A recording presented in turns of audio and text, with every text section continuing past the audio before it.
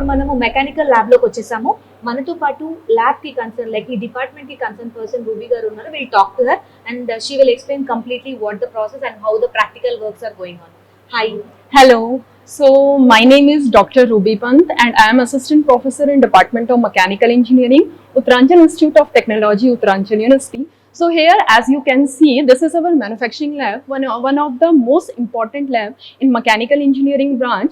As you can see, this is our lathe machine, which can also be the mother of all the machine. It is also known as the mother of all the machine. Basically, in this machine, we are doing the machining operations. Now, when we move forward, so this is our second equipment, which is known as by our radial drilling machine, which is used to drill in a material in any particular angle. Now as we move forward, this is our project done by our 4th year student. Now this is our milling machine, which is here, which is basically used for the gear cutting. This is our second milling machine. The purpose of this milling machine is same as earlier. Now this is our planer machine, which is basically used for the surface finishing operations. Now again, as you can see, there are lots of projects which were done by our BTech Mechanical 4th year student.